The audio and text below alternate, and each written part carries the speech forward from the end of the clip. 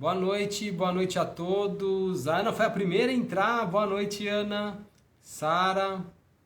Temos mais uma galerinha aí, já temos aí 16 pessoas entrando na live. Boa noite, Raimundo, Ina Costa, Lucas, Andressa. Boa noite a todos vocês. Sou Rafael, estou aqui representando a Sobec. Vamos começar mais uma live. Hoje falando de segurança do paciente. Começamos atraso aí de 3 minutos, peço desculpas pelo atraso, mas a gente estava com problema com os equipamentos eletrônicos da Solvec, que não estava conectando. Mas daqui a pouquinho a gente já vai começar.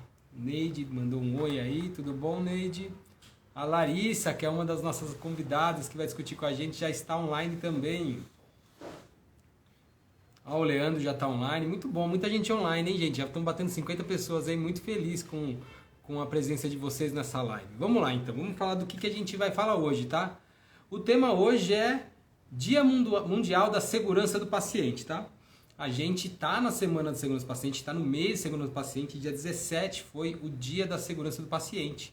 E eu sei que a gente está concorrendo aí com várias lives, né? Vários eventos, mas a gente trouxe um tema muito legal que a gente nunca discutiu em live, né? Que a gente vai ter discutido no nosso curso, que é como oferecer cuidado perioperatório seguro para todas as idades.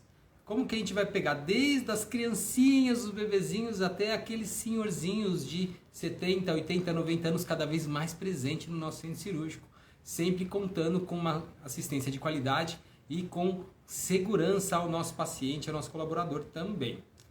Hoje, como convidados, eu tenho a Larissa Gutierrez, que eu vou apresentar assim que ela conectar, a professora Rita de Cássia Burgos de Oliveira, que é professora da USP, vou apresentar, e o Igor Braga, que é enfermeiro. Vou chamar todos vocês aí online, já tem bastante gente aí. Vocês já estão aí? Cadê? A Larissa já está aí comigo, cadê o Igor? E cadê a professora? A Larissa eu já vou colocar. Professora Rita e Igor. Olha, essa live eu tô sem maturidade para lidar com essa live, viu, gente? Vou contar o porquê. Oi, Oi, Lari. boa noite. Boa noite. Deixa eu acertar minha câmera aqui, ó, que eu fiquei cortado. Ah, sim, live com muita gente precisa adaptar. Bora lá. Boa Lari, noite, tudo pessoal. bem com você? Boa noite. Bom Certo, dia. tudo ótimo. Estamos aqui em mais uma live juntos, essa Mais uma. dupla dinâmica. Tava contando aqui, Lari, que eu tô sem maturidade para essa live, né? Porque Pois você é é, uma grande amiga de gestão e de segurança do paciente, maravilhosa, admiro, sou seu fã. querido. Fantástico. Mútuo, mútuo. Professora Rita nada mais nada menos do que a culpada de eu me tornar um enfermeiro perioperatório. Sem ela eu seria enfermeiro de álcool e droga, saúde mental, nada contra, amo de paixão, mas se não fosse a professora Rita eu não teria vindo para este mundo. E o Igor foi meu aluno, há bem pouco tempo atrás o Igor foi meu aluno na pós-graduação. Menino bom demais, muito talentoso, muito conhecimento, fantástico. Então, essa live aqui, ó, eu tô eufórico. Oi, professora! Boa noite, que prazer imenso estar aqui, gente, com o Oi, Rafael, professora, boa Tony, noite. com todos vocês, em especial, Rafael, que honra Que estar honra aqui com você. minha!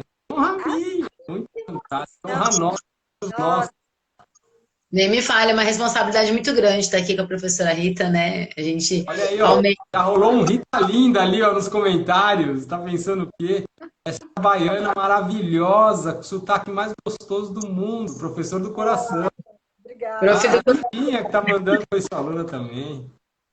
Cadê Que o delícia. Igor? Já vamos completar esse time. Aqui, ó, agora sim, time completo, todos online. que maravilha! Coisa Tô falando, fantástica. gente, sem maturidade hoje, com a Rita aqui. Rita, Larissa e Igor sem maturidade. Ó, inclusive, o que que eu não Boa tenho de maturidade, o noite. Igor trouxe, ó. Olha Todo aí. formal, olha, mano, sensacional, Igor. Parabéns. Igor tava falando, Igor foi meu aluno e Olha que legal! muita honra. É uma Três honra. gerações, né, minha. pra pensar, né? Rita foi meu professor, o Igor foi meu aluno. Bom, mas Que maravilha, que maravilha. Boa noite, Que Larissa. Boa noite, Rita. Que prazer dividir essa live com vocês hoje. tudo tô falando um certo. montão, né? Desculpa. Ó, eu vou fazer o seguinte, eu já vou apresentar vocês três e vou deixar vocês se cumprimentarem e se apresentarem para a galera, tá bom? Então, nossa primeira convidada vai ser a primeira a falar também. Vou falar a Larissa Gutierrez. Ela é membro da Comissão de Eventos Regionais da SOBEC. Na sequência, a gente vai ter a palavra do Igor, que é o Igor Braga dos Santos Portelli. Falei certo, Igor? Desculpa se não falei. Falou sim. Primeiro sênior e líder do bloco operatório lá do Hospital Infantil Sabará. E nada menos importante, pelo contrário, né, tão importante quanto toda essa banca, a professora Rita de Cássia Burgos de Oliveira, que é coordenadora da disciplina de enfermagem da saúde do adulto e do idoso e cuidados críticos pela EEUSP. Então, sejam muito bem-vindos de novo na SUBEC, agradeço muito a presença de vocês. Muito obrigado, Rafa. Muito obrigada, Rafa. Muito obrigada mesmo por estar participando, uma oportunidade ótima. Muito obrigada pelo convite, pela lembrança de estar aqui, me chamar. Bom, vamos aos trabalhos então, acho que vai dar uma discussão bem bacana, né? Vou começar então pela Larissa, né? A Larissa vai falar um pouquinho de segurança do paciente. Um pouquinho montão, né, Larissa? Pelo amor de Deus, é muito conhecimento. Pois é, eu brinco que eu tenho duas paixões. Meu coração, de um lado, é assistência perioperatória e o outro é segurança do paciente. E eu sigo aí nessa missão, nesse propósito de vida, que é levar essa mensagem mesmo, né? Do quanto qualidade e segurança permeiam a prática assistencial. Então, obrigada de novo. Sempre uma alegria estar aqui com vocês. É uma live quase que histórica, né, Rafa? No passado a gente estava aqui juntos também, falando no webinar sobre isso. Então, sempre um grande desafio aí ao lado também de pessoas tão especiais que eu tenho uma enorme admiração. A gente, então, se organizou, né? Eu vou tentar fazer um resumo rápido, eu aproveito que eu vou tentar ser breve, para dar espaço para as perguntas, que a gente sabe que isso é o que mais enriquece as nossas discussões. E tentar fazer um breve resumo aqui só desse conceito e desse entendimento do que é esse dia, né? Um dia tão importante e que vem ganhando um crescimento aí a nível mundial, de fato, né? Quando a gente vê que segurança do paciente é uma preocupação, né, mundial em todos os segmentos. E esse é um ponto importante porque, às vezes, a gente, quando olha assistência perioperatória, a gente, às vezes, esquece de entender que a gente está num contexto hospitalar maior. E eu falo muito sobre isso, e eu falo que depois que eu virei gestora assistencial, isso me abriu muitas portas. De entender que existe uma linha cirúrgica além das portas do centro cirúrgico e olhar essa jornada do paciente, né? Desde quando ele indica uma cirurgia, desde a assistência intensiva numa unidade de terapia, até mesmo a alta e o desfecho, né? Às vezes a gente, profissional de bloco operatório, às vezes esquece um pouco de entender e olhar para desfecho, para olhar o resultado das nossas práticas assistenciais. Então, acho que esse é um momento oportuno e importante para a gente pensar um pouco sobre isso. Aqui os nossos especialistas vão falar desse universo todo sobre as variações de idade, e eu já fico muito feliz, porque antigamente a gente acabava trabalhando segurança do paciente como uma coisa unitária e um protocolo universal, e hoje a gente entendendo que eu preciso individualizar o cuidado, né? Que mais do que entender os protocolos, é eu entender que cada paciente, cada ser humano é único, e que as práticas assistenciais só são melhores aplicadas ou melhores realizadas quando a gente individualiza e a gente olha para o ser humano e para aquela pessoa que a gente cuida dentro das suas variações, das suas complexidades, e eu acho isso incrível. Então, né, lembrando aí, dia 17 foi o Dia Mundial de Segurança do Paciente, um monte de movimentos por aí, muitos hospitais com laranja e o pessoal fazendo dinâmicas, atividades, isso é muito bacana. Eu acho que é importante a gente lembrar que nesse ano, né, a Organização Mundial de Saúde fez uma campanha onde ela estimulou medicação sem dano. Então, dentro de vários segmentos que a gente pensa na segurança do paciente, esse foi um foco bem importante, bem pensado, para que a gente pudesse trabalhar e refletir a respeito. E quando a gente olha para a linha do paciente cirúrgico, pensa na assistência perioperatória, medicação é algo que está intrínseco em quase todas as etapas do processo. né? Quando a gente pensa desde o momento de suspensão de uma medicação pré-operatória para a realização de uma cirurgia, até depois, quando a gente vai pensar no paciente no pós-operatório, uma reconciliação medicamentosa, e eu nem vou entrar no mérito daqui da assistência anestésica e toda a complexidade que envolve tudo isso.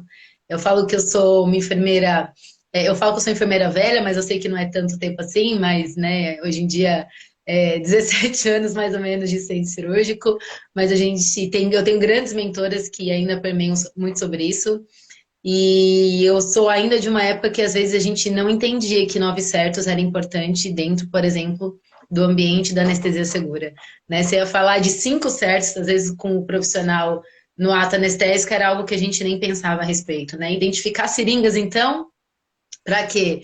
Né? Eu sempre brinco que a gente tem uma identificação padrão no centro cirúrgico, que a seringa com a agulha 30 por 7 com a 25 por 7 verdinha é fentanil para todo mundo, e a gente segue esse padrão como se fosse universal, quando na verdade não é. Né? Então, esse é só um exemplo da prática nossa do dia a dia, que ainda existe, que acontece, e esse é um dos nossos grandes desafios, pensando em segurança do paciente, pensando nessa provocação da Organização Mundial de Saúde para pensar em melhores práticas. Então, esse é um ponto importante. Existem algumas reflexões que eu trouxe a respeito também do tema, lembrando do quanto que eventos adversos dentro do ambiente cirúrgico é uma questão extremamente importante.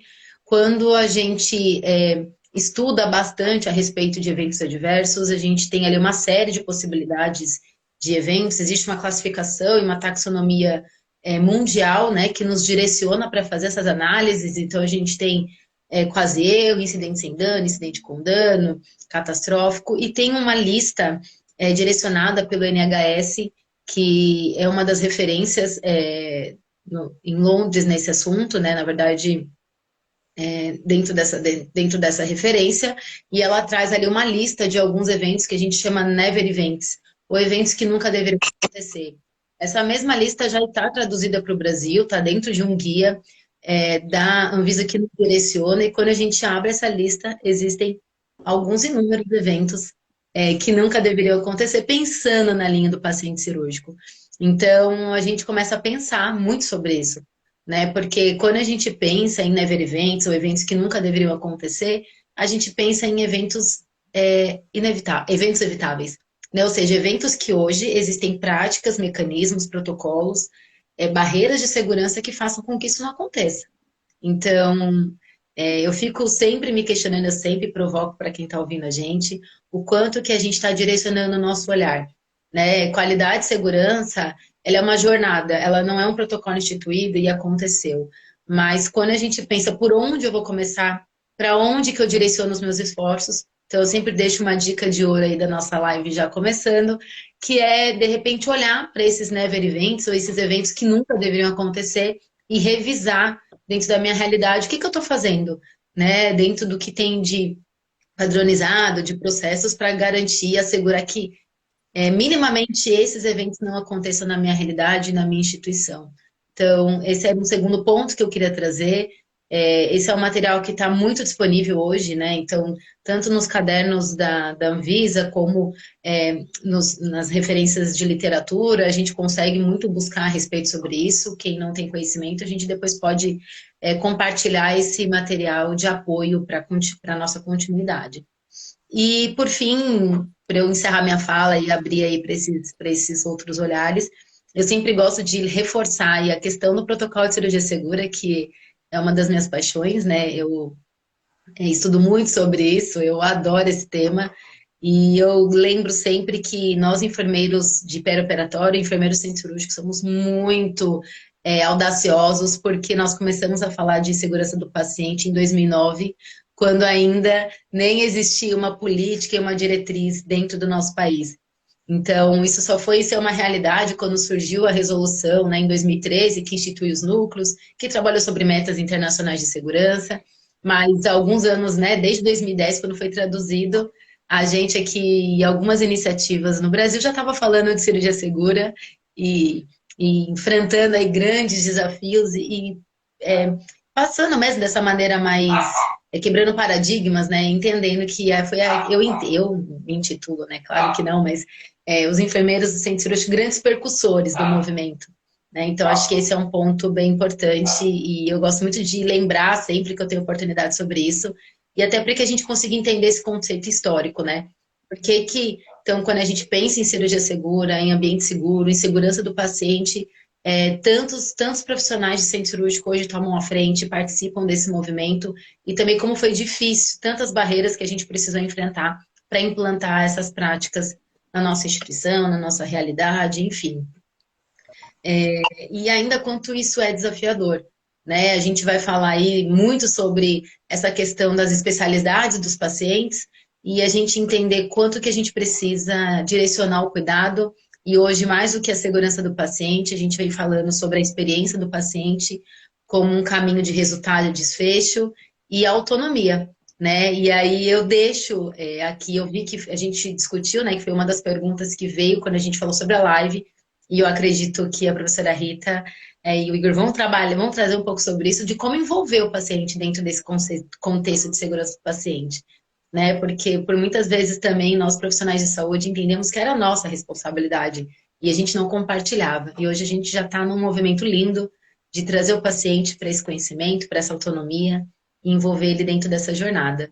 Então, esse foi um breve resumo. Espero que eu tenha feito dentro mais ou menos do tempo que a gente combinou e que eu tenha deixado aí a bola quicando para vocês, para a gente continuar discutindo, fazendo esse bate-papo. Não só quicando, como eu já estou querendo agarrá-la aqui, mas eu vou dar a vez para os demais, Lara. Muito bom, obrigado por essa discussão excelente. Eu queria só fazer um comentário. Como a Larissa falou, eu me lembro, gente, eu me formei junto com o protocolo Cirurgia Segura, né? Em 2008 eu estava saindo da faculdade e eu tenho o mesmo tempo de protocolo de profissional que o protocolo existe no mundo aí.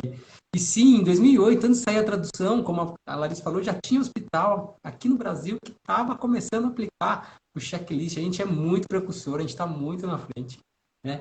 Eu acho que eu vou dar uma frase antes de mandar pro Igor, para a Rita, que é: e por quê? Por que a gente é tão precursor assim, né, Lari? Porque faz sentido, para a gente faz sentido, né? A gente acredita no propósito. Então, eu acho que é isso que a gente tem que contaminar o outro. Tem que fazer sentido. Mas, Igor, fala aí, Igor. Fala aí, Igor, como que é o cuidado das criancinhas, dos picoruchos? Bom, mais uma vez, boa noite a todos. É um prazer inenarrável estar aqui na presença de vocês, profissionais tão experientes. Eu mesmo, muito jovem, né? Falando de crianças e sendo um bebê aí, meio a pessoas tão experientes e tão capacitadas. Eu acho que eu vou falar de um tema que muitas vezes foi um mistério, né, e custoso para algumas pessoas, que é o cuidado pediátrico, o manejo pediátrico, né, no período perioperatório.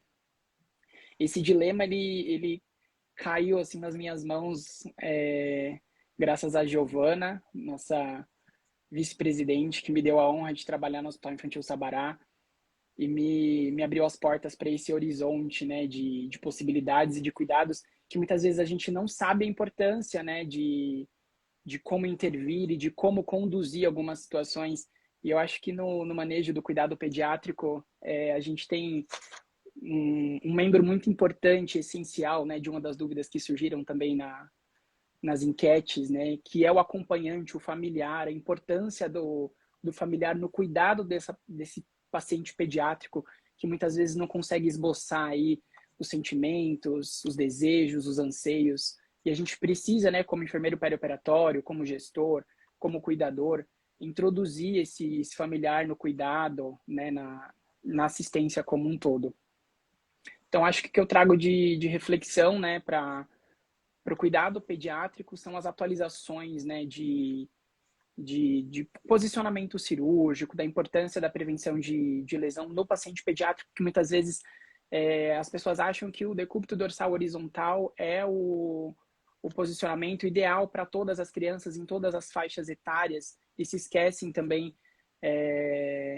de dedicar, né, a assistência, o manejo, a elaboração de uma SAEP, de um pensamento crítico voltado a todas as faixas etárias, entender que o público pediátrico não é só uma criança neonatal, ou um pré-adolescente. Então, é realmente elaborar a sua assistência e conduzir da melhor forma, envolvendo o paciente pediátrico, o acompanhante, o familiar, dentro dessa assistência. Muito bom, Alô? Igor. Oi? Igor, A desculpa, tela ficou preta para tudo mim. certo aí? Tá me ouvindo? Travou? Às vezes acho que tem delay, Rafa. Vocês me escutam? Sim? Sim? Então, acho que de reflexão, além da introdução, né, do familiar para dentro do centro cirúrgico, né, as pessoas têm esse preconceito e esse medo de trazer o familiar para o cuidado pediátrico. O Sabará, ele desenvolveu essa mentalidade de que, mesmo do lado de fora, o enfermeiro, mesmo do lado de visualizar Nós estamos te ouvindo. Aí. Vamos ver aqui se ele já está aqui. Eu já chamo de novo. Bom, eu vou sugerir para a gente dar continuidade, só porque a live tem um time curto, né? Então, vou passar a palavra para a professora Rita. Quando o Igor voltar, a gente dá para ele para finalizar, tudo bem? Vocês concordam? Então, Fantástico. pessoal, vai mandando pergunta aí. Isso aqui não é para ser aula tipo um falando, outro, nós quatro falando, vocês assistindo. Não, a gente quer discutir com você essa temática. Rita, valendo um choquito. Eu queria meu choquito. Bom, tá devendo essa. Eu queria agradecer, de verdade, o convite. E nesse momento tão bom que é para falar sobre a segurança, né? E que fomos realmente pioneiros. Eu fico feliz por isso, já falávamos disso há muito tempo. E quero parabenizar você, Larissa, por sua fala. É bem isso, esse amor pela segurança, né? Que é um amor com compromisso. Então, é o melhor amor, é aquele amor com compromisso, né? Que a gente É tem verdade. de fazer. Então, meu nome é Rita, conhecida como Rita Burgos. Eu sou baiana, me graduei lá em Salvador, na Universidade Católica, onde ensinei depois. Depois na Universidade Federal da Bahia, que também ensinei, fiz o meu mestrado em gerontologia, porque não se falava nisso. Ninguém estudava, eu não tinha. E eu queria, o que me fez a entender, querer entender o idoso, vou dizer porque eu estou falando isso, é porque eu comecei a ver a comunicação, eu explicava o que ia acontecer na cirurgia dele, e ele dizia, você me falou, eu não lembro. E eu comecei a prestar atenção na questão da comunicação. Eu saí do centro cirúrgico, no sentido do estudo, e fui trabalhar numa comunidade, no Centro Social Urbano de Mussurunga, na época. E assim eu fiz o meu mestrado. E por que eu estou dizendo isso? Porque, assim, a minha questão com a segurança, todas as intervenções de um profissional de enfermagem, de um enfermeiro, de uma enfermeira, tem que ter uma visão de processo, né, de como ela vai gerir aquele período perioperatório, mas o compromisso maior é o conhecimento que ela precisa ter para trabalhar com aquele paciente. Ela só vai dar uma segurança se ela souber aquilo que vai acontecer. Quais os parâmetros que eu tenho de evitar um risco, um evento, como o próprio nome diz, é um evento adverso. O evento adverso ele não é para acontecer, ele tem que ser prevenível. Então, se a gente conhece o paciente, diminui muito a chance dele ter. Então, a gente tem a segurança, para mim, como professora, como enfermeira, que trabalhei 14 anos no centro cirúrgico. Então, a gente ver sobre o prisma de um pensamento crítico. Então, a gente tem que olhar para o processo de segurança como um pensamento crítico. E a primeira coisa, e agora eu vou entrar na especificidade do idoso, a gente tem que conhecer quem é aquele paciente que está entrando numa sala de cirurgia. Aquele paciente que, quando ele entra no centro cirúrgico e é entregue à equipe. Então, a gente tem que conhecer, antes de conhecer quem é aquele paciente com o problema da senilidade, com a doença, com o problema em si, a gente tem que conhecer quais são as alterações naturais do envelhecimento que já são arriscadas. Porque na hora que eu falo que um idoso ele tem a expansão dos músculos respiratórios diminuídas, eu já tenho que ter cuidado com a anestesia. Então, eu tenho que saber que posição eu coloco a depender do tipo de cirurgia. Então, eu preciso saber que aquele paciente tem um sistema tegumentar alterado, já não é hidratado, não tem um turgor. E assim, como a gente vai gerir isso? Com o pensamento crítico. E aliado a um pensamento crítico, para mim, assim, se a gente ali, o pensamento crítico, conhecimento sobre o paciente, no caso eu estou falando do idoso, e a gente sabe intervir com um processo bem elaborado, a gente diminui sobremaneira os riscos que aquele paciente está exposto. Né? Então, quando a gente tem esse compromisso com a gente, com aquilo que a gente exerce, a gente pode estar em qualquer hospital, gente. Com ou não recursos, a gente procura formas de fazer o melhor. E a gente, muitas vezes, a gente não tem condições de fazer um processo maravilhoso, a gente não tem um equipamento maravilhoso, mas a gente faz o melhor. E quando a gente se dispõe a fazer o melhor, isso é segurança. Mas a gente só tem segurança com o outro quando a gente tem com a gente. Que a gente sabe o que está fazendo.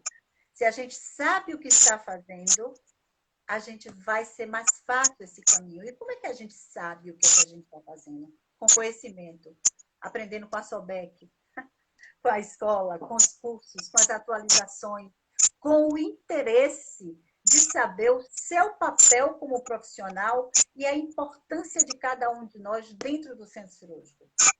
Então, segurança é um conjunto.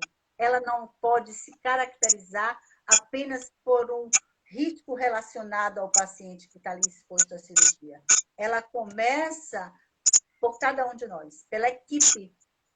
Então, isso para mim é fundamental. É o que eu passo para os meus alunos. Em outubro, eu acredito que eu vou fazer um curso mais extenso, um pouquinho falando dessas peculiaridades aí na SOBEC. Já estou super feliz, estou tendo as aulas de nervosa, agoniada, boto isso, não boto. Mas então, eu acho que essa ferramenta, a gente tem que ter a clareza, a lucidez, quando a gente passa e recebe aquela maca cheia de expectativas para a família, cheia de expectativas para o paciente, ali passa a ser a nossa responsabilidade. Cada um tem a sua no centro cirúrgico. No momento, estamos falando do enfermeiro, da equipe. Outra coisa que eu quero falar sobre idoso e que perpassa também pela segurança é justamente isso que eu inicialmente, é saber o que é senescência e o que é senilidade. O idoso, assim como a criança, que são os extremos de idade, ele tem particularidades que muitas vezes não são protocolares. É como o Igor muito bem falou. Às vezes, um posicionamento ele ajuda sobremaneira a viabilidade da cirurgia de um bebê. Porque muitas vezes um bebê, ele sai, a cirurgia tecnicamente foi ótima, e ele sai com o pezinho machucado, com a mão machucada, a cabecinha, sobretudo na parte, né, occipital, porque às vezes um algodão colocando pelo paciente muito, porque eu não tenho, nem todo paciente tem esse, vamos dizer assim, um acessório, vamos falar assim, mais caro, melhor, de gel. Então, a gente tem que fazer o que eu preciso fazer, que aquela área occipital, ela tem que ter uma barreira para expandir a atuação daquela força sobre aquela colchão, né? O colchão. Então, a gente pode sim fazer. Né? Eu tenho um caso assim, de uma colega e que ela foi aluna da USP e ela foi para o Amazonas porque ela queria ter essa experiência. E quando ela chegou lá, ela disse: Rita, eu não sei fazer nada lá, porque eu aprendi a alta tecnologia na USP. Nos melhores hospitais, eu não sei improvisar. Então, o que eu falo, por isso quando eu digo que a segurança ela tem a ver com o pensamento crítico, o que é que eu posso fazer para evitar esse evento?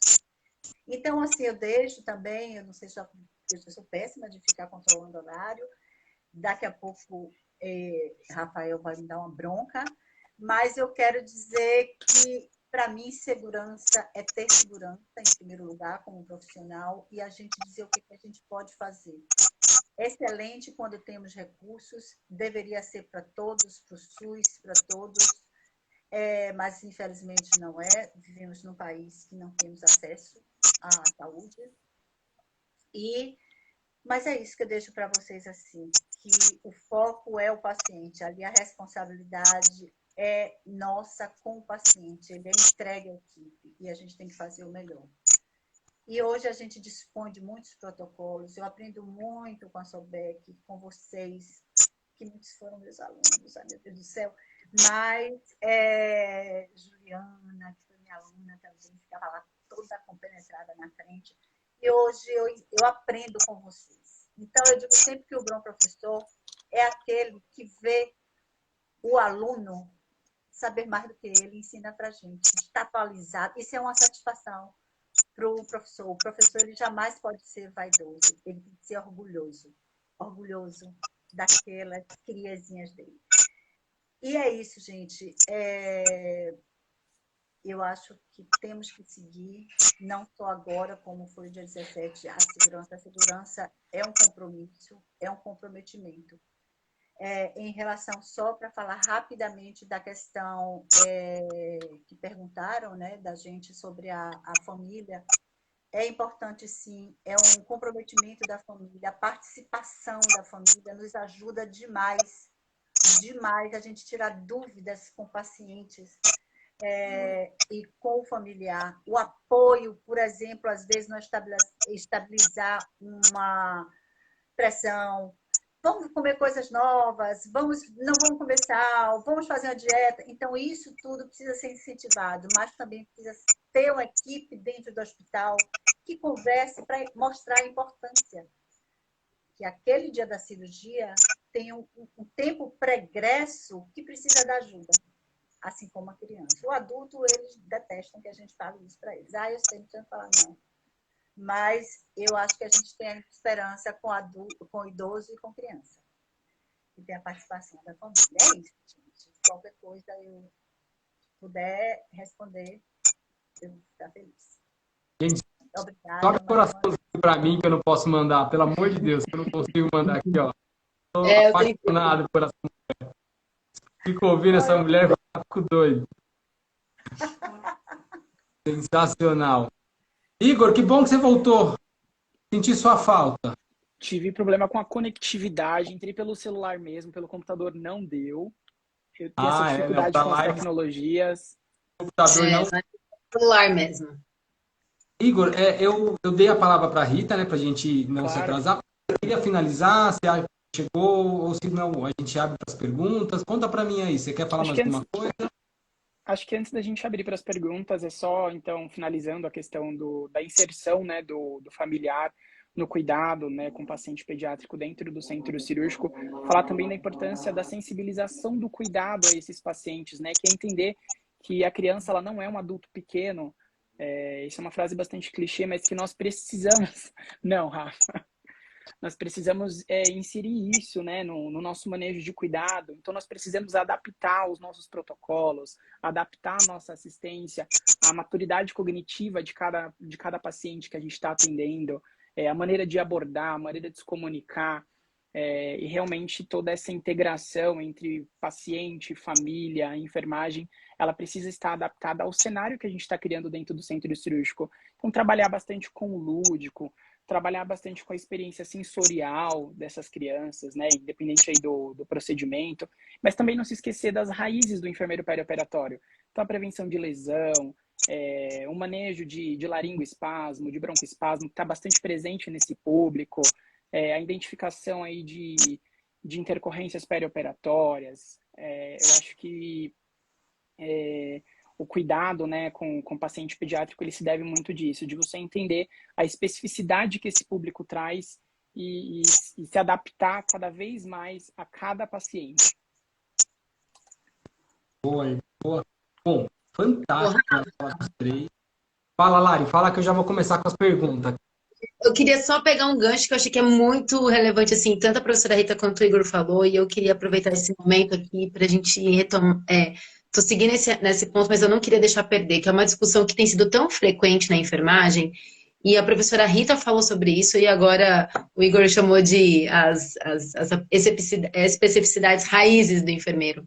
Então, eu acho que esse é um ponto-chave, sabe? Aí, olhando para nós quanto profissão, né? O quanto que o raciocínio clínico do enfermeiro permeia a prática. Porque muitas vezes a gente, quanto enfermeiro, principalmente no perioperatório, às vezes a gente se perde um pouco, eu tenho esse entendimento, em algumas demandas e esquece da nossa essência, das nossas raízes, que é o raciocínio clínico. E quando a gente vai trabalhar com extremos de idade, pensando em segurança do paciente, ele é essencial, né? Se a gente não consegue conectar de fato, ou seja, anatomia, fisiologia, toda a nossa sistematização da assistência de enfermagem e correlacionar isso com a clínica individualizada daquele paciente, qualidade de segurança passa por ser protocolos e a gente tenta e não tem os melhores resultados. Então, eu não queria perder essa chave porque é algo que eu tenho discutido, assim, parece que está nas últimas semanas. Recentemente eu até estava fazendo um treinamento sobre sistematização da assistência de enfermagem com os enfermeiros e essa é uma das grandes provocações aqui para todos nós, né? É o quanto que o enfermeiro tem se apropriado cada vez mais do raciocínio clínico como agente mesmo de transformação e de quem contribui com um cuidado mais seguro, sabe? Então, desculpa não deixar de fazer pergunta, mas eu não queria perder essa oportunidade aqui nacional para falar sobre isso. Você falou até de conexão, nós estamos mega conectados, porque eu ia justamente puxar um gatilho nisso, mas você, lógico, muito belamente já trouxe. Queria inteirar só o que a Larissa falou e, de novo, lembrando, gente, que a gente aprende muito hoje em dia em tecnologia, né? Cirurgia robótica, equipamento. A palavra tecnologia, gente, vem de técnica, e quem aplica técnica é nós, ó, o ser humano, o enfermeiro. E a tecnologia é o nosso conhecimento, a nossa prática, o nosso raciocínio clínico, é o nosso dia a dia. Essa é a maior tecnologia do próprio operatório, o conhecimento e a aplicação da prática do enfermeiro. Gente, tecnologia é isso. Vocês, nós todos aqui, ó, somos a maior barreira de segurança, o maior protetor do paciente. A gente tem várias limitações no SUS e em vários outros lugares do país, mas tem enfermeiro, gente. Se tem enfermeiro, tem tecnologia para aplicar segurança. Mas vamos botar para discussão aí. Vou começar pela Larissa. A Larissa, ó, estão perguntando aqui, Larissa, aqui a gente tem os eventos que não devem acontecer, ou aqueles que podem acontecer, ou aqueles que nunca deveriam acontecer. Mas, se não seria interessante, é uma pergunta que eu acho que já vem com a resposta, Larissa, mas eu gostaria que você explicasse. Quem perguntou foi a Neide Teles, tá bom? Ela pergunta se não deveria, essas instituições não deveriam realizar treinamentos de melhoria mostrando os eventos adversos, né, que aconteceram ou que poderiam acontecer, né? E se eles não teriam interesse em fazer esses treinamentos para evitar esses eventos, né? E é um ponto de atenção, criar essa discussão. E aí eu vou inteirar a pergunta dela, tá? A gente criar esse treinamento, mas como que a gente faz com esse evento? O evento aconteceu, como que a gente faz? Só faz um cursinho, faz uma discussão? O que a gente precisa fazer lá na área para isso surtir efeito? Muito bem, eu tinha visto essa pergunta ali e eu estava esperando que ela chegasse para esse momento. Eu acho que são duas coisas bem importantes quando a gente fala de qualidade e segurança, né? A gente precisa entender que existem duas grandes vertentes. Tem a análise reativa e a análise prospectiva. Então, é claro que instituições que têm uma maturidade para a cultura de segurança, essa análise prospectiva, ela está mais vivaz. Então, a gente consegue analisar os processos e fazer um mapeamento desses riscos e perigos e conseguir trabalhar em barreiras para garantir que a coisa não aconteça. Então, isso é uma das ferramentas e dos métodos que permeiam a prática de qualidade e que pode ser aplicado, sim, em instituições que estão um pouco mais maduras. Quando a gente também tem esse outro formato, né? Então a gente fala aí da análise prospectiva e a gente também tem a análise reativa, que não é errado, muito pelo contrário, é uma forma muito importante de começar. Né? Dificilmente a gente vai ter uma instituição que começa a prospectar eventos e riscos se ela não entende o que já aconteceu, ou que não tem um histórico. Não precisa ler o tempo, né, dos eventos e os riscos. O que atingiu o paciente? Exatamente. Então, essa análise reativa ela é importante. Acho que existem alguns pontos que a gente vem trabalhando, né? Sempre quando eu falo de qualidade e segurança, o Rafa fala, eu sempre gosto de fazer uma pergunta-chave, que é quem já errou? Né? Eu pergunto quem já errou e peço para levantar a mão. Então, olha aí, ó, tá vendo? Em rede nacional.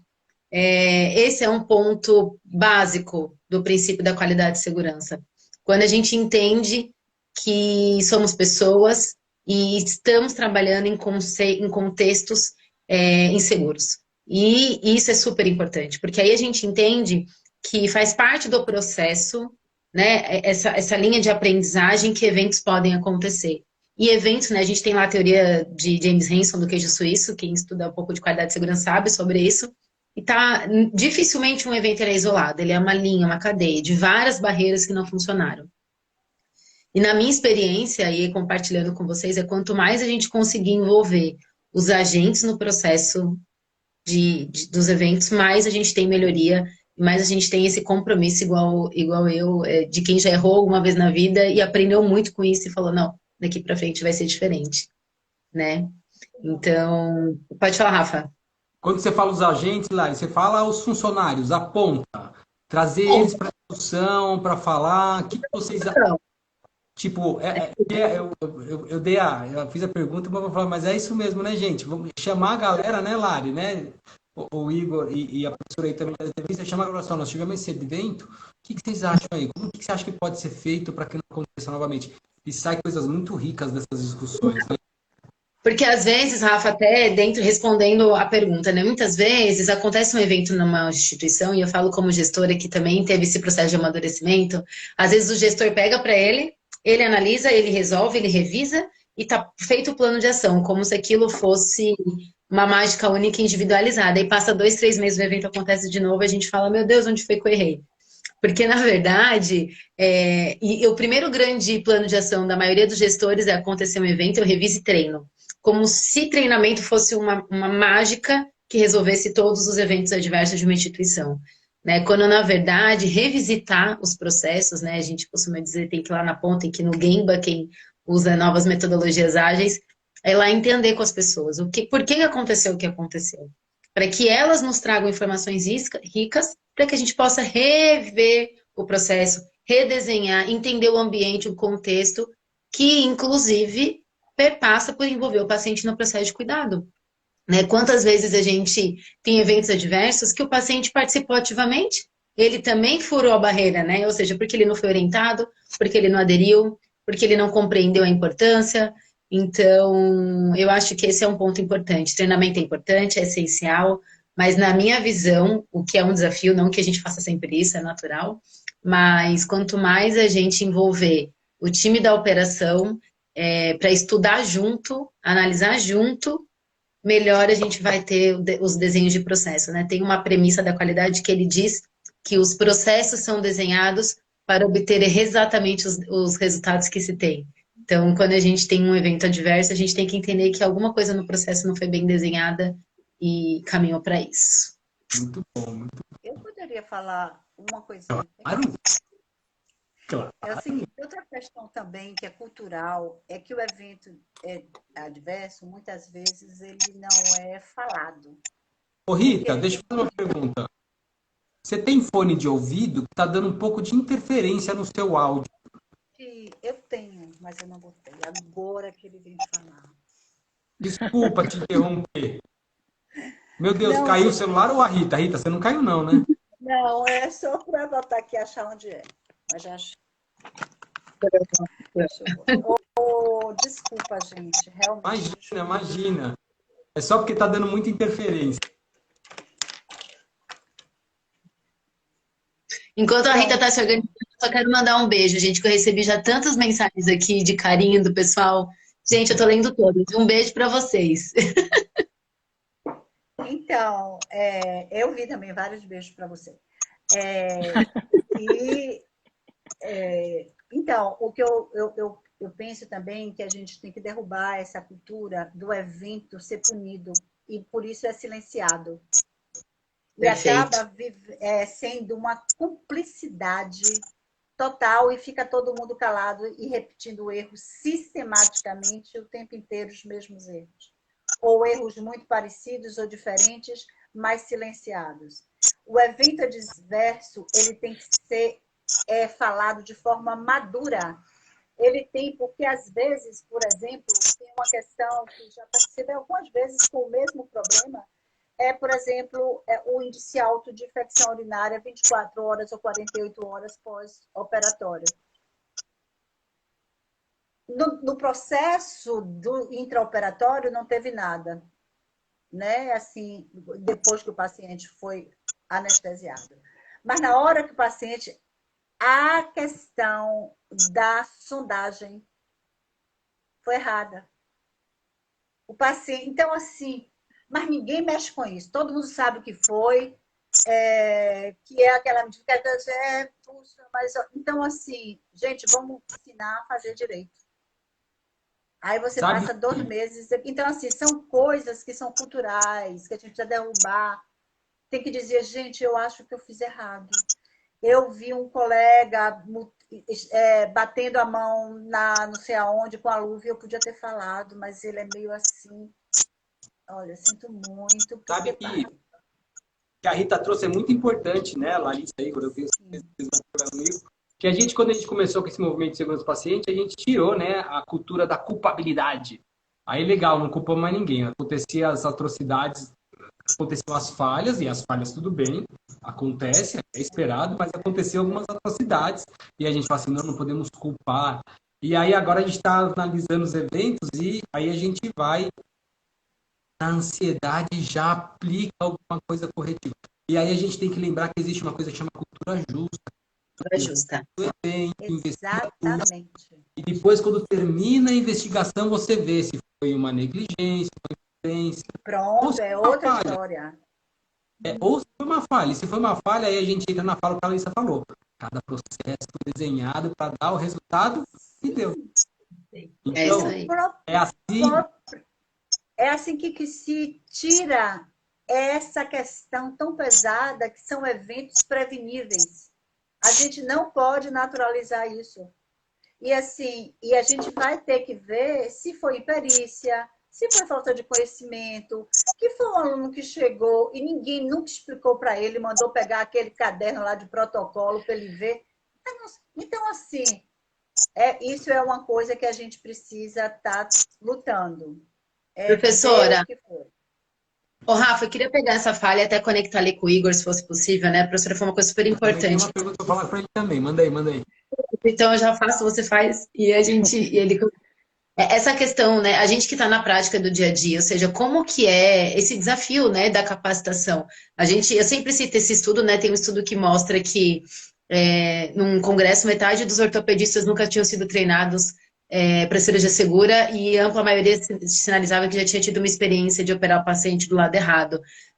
Na vivência do hospital, né, a gente que está ali, que recebe esses profissionais, qual é o grande desafio de treinar e envolver? não só a enfermagem, mas as demais membros da equipe multi nessa conscientização da cirurgia segura. Então, era isso, e aí o Rafa já Não, conecta no seguinte. vou deixar a sua, depois eu faço a minha. Então, quem quer falar primeiro, o Igor ou a Rita? A Igor, porque eu já falei muito. Ah, Igor, você. essa mulher é muito fantástica. Ela é ótima. Vamos, Igor, conta aí. Rafa, é essencial, né? Como é importante a gente utilizar dos nossos conhecimentos para amadurecer esse pensamento crítico, como a professora Rita utilizou na nossa equipe. Pensar em como a gente vai desenvolver esse pensamento para com eles, desenvolver essa sensibilidade. Acho que vai muito além dos protocolos desenhados, né? Fazer realmente esse pensamento existir, pensar no todo, no macro, utilizar aí da nossa vivência diária dentro do centro cirúrgico. Então, acho que é essencial esse pensamento. Boa. Isso mesmo. Igor, eu queria te fazer uma pergunta. Tá? A gente sabe que os protocolos de segurança, na verdade, a gente tem o checklist como sendo linha principal lá que todo mundo fala, mas na verdade ele tem inúmeros protocolos, inúmeros processos, né? O checklist é só tipo a linha de uma das 3 linhas de chegada que tem da cirurgia, né? Tipo a barreira final do. E aí eu queria entender, Igor, quando que vocês perceberam, como foi essa passagem da Sabará de entender que o familiar, o pai, a mãe, aquele que para muitos enfermeiros cirúrgicos é aquela pessoa que é o segundo paciente, que está trabalhando, que está pedindo, que está criança, que está fora. Como que vocês fizeram esse processo de entender que eles ajudariam as crianças? Como foi envolvê-los? E se vocês têm esse preparo com eles de, olha, nós precisamos ter uma comunicação ativa com você, me fala das e cuidados lá dentro serão de tal maneira. Como fazer com que ele não entenda que é despreparo da equipe, mas sim é uma equipe precavida e preparada, né? Como ele não confundir esse... Rafa, eu acho que esse cuidado, a inserção desse familiar, né, desse responsável no cuidado do paciente pediátrico, falando um pouquinho aí da realidade do Sabará, ele começa muito antes da chegada dele no hospital, tá? Então, a gente utiliza do empoderamento da enfermagem aí através das teleconsultas, né? De você realmente inserir informação para esse familiar, para ele entender a responsabilidade dele no cuidado dentro da instituição. Então, aí a gente fala, é muito comum a gente identificar erros de jejum, por exemplo, na realidade da pediatria. Então, eu acho que esse cuidado ele começou através do empoderamento da enfermagem e a inserção da informação para essa família, para esse responsável, para ele entender que o processo começa antes dele chegar no hospital, né? Então, da indicação da cirurgia, das orientações que o médico passou para ele referente ao jejum, referente à vestimenta que a criança precisa, que para mim a realidade é extremamente importante, né? Então, como eu vou inserir o meu paciente dentro do centro cirúrgico, se ele vai estar vestido, se ele vai estar despido. A minha realidade no Sabará é o paciente entrar com a roupa, porque para evitar a exposição dele, para diminuir aí a aversão que ele tem do ambiente. Então, é muito disso, assim, realmente você começar a inserir informação e dar o empoderamento que a enfermagem tem, mas também para esse familiar, para ele entender que ele é um membro efetivo do cuidado. Sim, com certeza, concordo plenamente. Fantástico. Treinamento é barreira? É a pergunta do Andy. Treinamento é barreira? Não. Treinamento é ação. É ação para melhorar e evitar evento adverso, certo? Era pra gente... Era para responder. Você tem dúvidas. Eu também.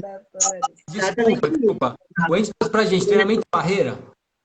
Treinamento é a forma da gente implantar boas barreiras, né? Mas barreiras são métodos que estão dentro do processo para que os eventos não aconteçam. Então, a gente usa treinamento, claro, para treinar as pessoas a aderir às barreiras. Mas só o treinamento sozinho, né? Se a gente não revisa o processo, se a gente não envolve as pessoas, não Salvo se a gente esteja entendendo o treinamento como educação em saúde, que aí é um outro contexto, né? Que aí é quando a gente vai educar o paciente e a família para o processo de cuidado. Aí é uma outro viés, aí eu entendo que talvez sim seja uma forma de barreira, sim. Professora Rita, Vale. última pergunta, porque, gente, nossa live está acabando, que é muito triste, né? Mas vamos lá. O Elias que eu conheço, maravilhoso, ótimo enfermeiro, fez um comentário aqui que é que às vezes a gente, por estar dentro do SUS, a gente fica sempre na preocupação de como tentar fazer o melhor se a resposta de dentro do SUS é não temos, não dá, não consigo. Porque a gente é pobrinho, porque a gente não tem, porque não tem equipamento, não tem apoio. E aí, professora Rita, como a gente pega um sistema do SUS, que aí já tem todos os desafios, né, de falta, por exemplo, de suportes, dispositivos que aliviam pressão ou ao mesmo acessórios de mesa, mas além disso, como a gente pega esse paciente idoso que deveria ter um preparo sem visita pré-operatória, porque no SUS quase não tem, ou se tem, não é tão completa, como a gente consegue transformar essa realidade num cenário tão desfavorável que muitos hospitais deste Brasil são. Onde a gente vai pegar esses detalhes que você trouxe para a gente, do idoso, que não é só do risco da cirurgia, mas sim o risco individual mais daquele momento de vida que ele está vivendo. Então, primeiro é uma pena, né, que nós vivemos essa situação no SUS, né? Infelizmente, nosso Brasil é assim. Mas é assim, eu penso, como é o nome dele que você falou? Elias. Elias, eu penso, e vou dar minha opinião também, estou concluindo, que a gente tem que ter dois marcadores para o profissional, né? Um é o conhecimento, né? Então, é você realmente conhecer o paciente. E isso independe do SUS. É entender o que é senescência e o que é senilidade. Senescência é aquilo natural do envelhecimento, e senilidade é quando, além de todas as alterações naturais, tem uma doença, né? Então, conhecer sobre o idoso ou qualquer paciente que a gente esteja. Às vezes a gente está falando por idade, mas podia ser por ortopedia, pediatria, especialidade, né? Então, a gente está no hospital, a gente tem que saber. Sabendo disso, então, a gente tendo conhecimento, a gente realmente, Elias, tem que partir para a improvisação.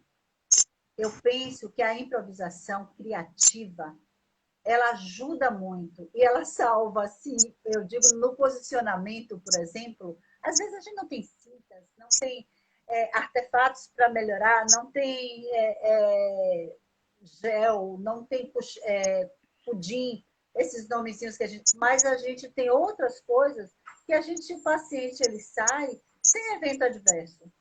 Então, eu penso que essa outra questão é a comunicação.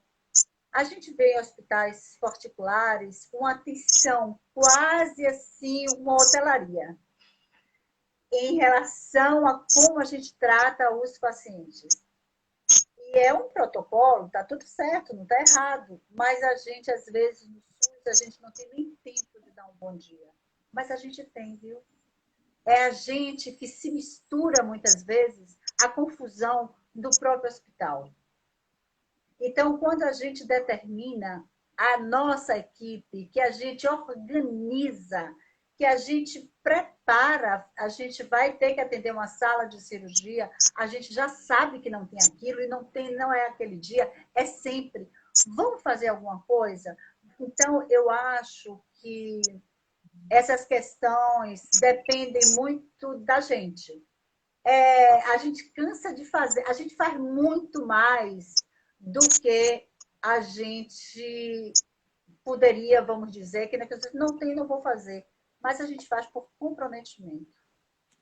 A gente faz o comprometimento que a gente se define o que é que eu quero ser como profissional. Isso não pertence a ninguém. Isso é um pertencimento de cada um.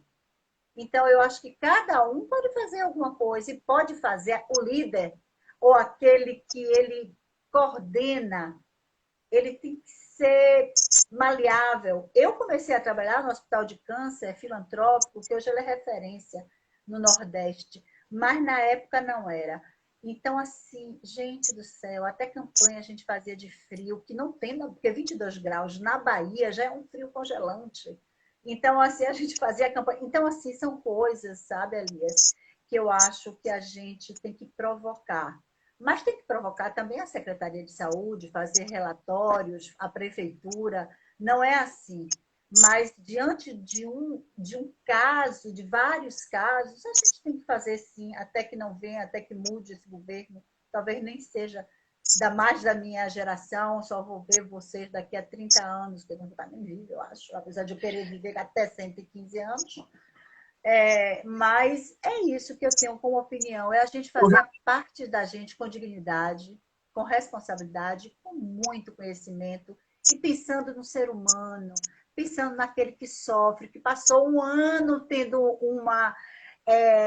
marcada uma cirurgia e que naquele dia resolvem tirar porque o anestesista teve um problema na moto dele e não chegou cedo, não tem mais anestesista. Não vai ter, espera na hora que ele chegar, diga ele que ele resolva e venha para cá, porque até 7 horas da noite vai fazer cirurgia, porque senão o paciente vai ficar mais um ano e quando volta já está com o tumor completamente metástase. Então, essas coisas a gente tem que bater pé, tem que brigar, porque senão, se a gente... Então é isso, eu sou meio de briga, um pouco às vezes, né, Rafa? Muito boazinha, menos... Da professora Rita para a social, gente, já amei. Na verdade, o professor está com umas ideias aí, Lari, que depois a gente precisa aumentar o nosso É verdade. Mas não vamos dar spoiler aqui, até porque tem algumas falas que são obrigatórias desde o fim dessa live. Primeiro, acho que o que ficou muito interessante nessa live, eu queria fazer rapidamente, é que a gente discutiu bastante aqui, quanto é importante a gente discutir não só a individualidade de cada paciente, mas sim as características da faixa etária que ele está, de qual público que ele funciona, que a gente não precisa estar no cenário perfeito para fazer uma assistência de qualidade, porque a gente precisa ser barreira, fazer que os processos sejam feitos, esquece toda que a gente está vivendo, né? Esquece, tem que rodar a sala, tem que rodar, tem que rodar, mas tem que dar assistência, tem que acolher o paciente, tem que conhecê-los. Sim. E eu queria já dar aqui o convite, porque nós teremos um curso de atualização. Deixa eu pegar minha cola aqui, ó. Curso de atualização e segurança na ciência perioperatória, que tem esses ilustres profissionais maravilhosos que vos falam aqui hoje e que vão trazer muito mais conteúdo aprofundado. Um pouquinho. Hoje foi só uma pincelada no tudo que vai ser discutido nesse curso. Então, convido a todos a participar. As inscrições para a SOBEC. Dá para usar cashback e todas essas coisas aí de pagamento, retorno de dinheiro, que eu não faço ideia. Eu só sei que dá para fazer e vai ser muito bom contar com vocês aqui. Eu queria agradecer muito a Larissa, a Rita, o Igor. Quem acha desse material, a live fica gravada. O curso está aí, está ser feito. E vamos fazer mais lives de segurança. Esse ano a gente teve tanta live que não teve espaço para encaixar as nossas de segurança do paciente. Mas a gente vai encaixar mais sim, tá bom? Larissa, Igor e Rita, palavra a vocês. Em nome da SOBEC, super agradeço a presença. Obrigada. Fala, Lari. Fala, Lari. Eu que agradeço, gente. É um prazer sempre estar com vocês. Estamos sempre à disposição. E esse movimento que a SOBEC, né? Eu sempre gosto de dizer que a SOBEC é nossa, ela é construída por todos nós, né? Porque é uma sociedade de enfermeiros que estão ali no dia a dia enfrentando os amores e dores da nossa profissão, dos nossos desafios. E que mais pessoas estejam aqui engajadas e comprometidas. Isso eu posso falar em nome também da SOBEC, o quanto é gostoso estar aqui, compartilhar essas práticas, essas experiências. E a gente se vê no curso, com certeza. Vai ser muito bacana. Aprendi muito hoje, inclusive, já fiz um monte de anotação. Então, obrigada pela confiança e por dividir esse espaço aí com vocês. Foi um prazer, uma alegria. Muito obrigada. Bom, eu também queria agradecer... Epa, para que desculpa. Os dois eu que peço desculpa, que eu... Não está acostumado a falar, um fala, o outro fala. Pode falar. Vai o Igor, vai.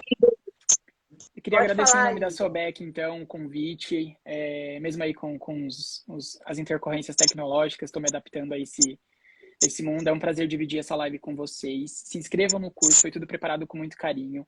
E eu acho que é isso, é a gente se desafiar todos os dias na assistência e deixar essa perspectiva de quão importante é a gente buscar cada vez mais a segurança dos nossos pacientes. Muito obrigado, Rafa, pela moderação e as minhas colegas de live. Foi essencial e foi uma experiência única para mim. Que bom, para mim também. Eu agradeço a todos, agradeço mais um aprendizado, agradeço também que eu fui vendo depois que eu também ganhei beijos, então eu fico feliz dos meus colegas e tal, de que estava com saudade. Sobe o coração para a Rita. Já sobe o estava com coração. ciúme de Larissa. Olha aí! Mas, assim, eu quero falar, assim, um registro, assim, que me chamou muita atenção, favorável, positiva, é o senso humano de cada palavra de vocês, assim, com uma preocupação em relação ao paciente, ao ser humano, e isso, para mim, é maravilhoso.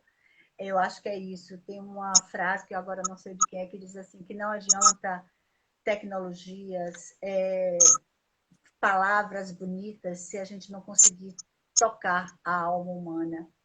E isso é um exercício que a gente tem que fazer todo dia. Então, eu agradeço, sinceramente. Vou me preparar para dar o curso o melhor possível. E, Rafa, da próxima vez eu vou ter que ir na Sobec para ganhar meu choquito. Vai ter que ir para ganhar choquito. Essa mulher é viciadíssima em choquito, eu sempre choquito. Esqueci de agradecer, Rafa. Obrigada, viu? Eu adoro estar dividindo esse espaço com você. É sempre muito legal, viu? Muito obrigada. Fazer live de 3 horas, né, Lari? Né, Rita? Né? Com certeza. Com certeza. Gente, queria falar uma coisa antes de cair, porque vai cair a qualquer momento e eu não vou encerrar, deixa cair. Gente, na verdade, segurança do paciente é mudança de cultura.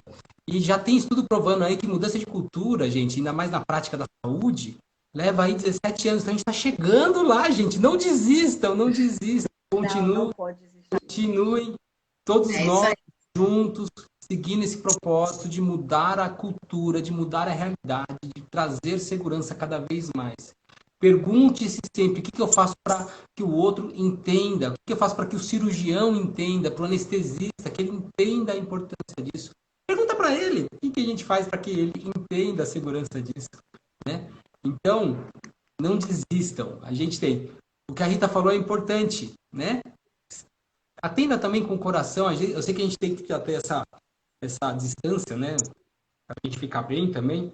Mas eu só me tornei primeiro centro cirúrgico por causa de uma discussão que a gente fez depois da recepção do centro cirúrgico do paciente oncológico. Foi naquela salinha, naquele momento, que eu percebi que ali tudo pode acontecer. Você muda a vida dele e a sua. Naquela recepção do centro cirúrgico. Então, obrigada. Rita, um grande orgulho. Nunca sei fazer esse coraçãozinho. Olha, ficou perfeito esse coração. Ficou na vez. Que delícia. Para esse grupo, todos que eu admiro demais. Então, de novo, parabéns. Agradeço a Sobec, agradeço a Márcia, a nossa presidente, agradeço toda a equipe da Sobec. Agradeço a Vanessa, que é a nossa Super Master Plus da Lércia aí, que dá suporte pra gente, tá bom? Agora sim, vai encerrando, gente. Uma boa noite a todos. Obrigada, pessoal. Todo mundo que participou e se dedicou. Prazer conhecer vocês. Prazer. Seguimos juntos e firmes. Sim, muitos projetos. Muita coisa pra frente. Faz prints bonitos aí, hein, gente, que a gente quer postar. Bom.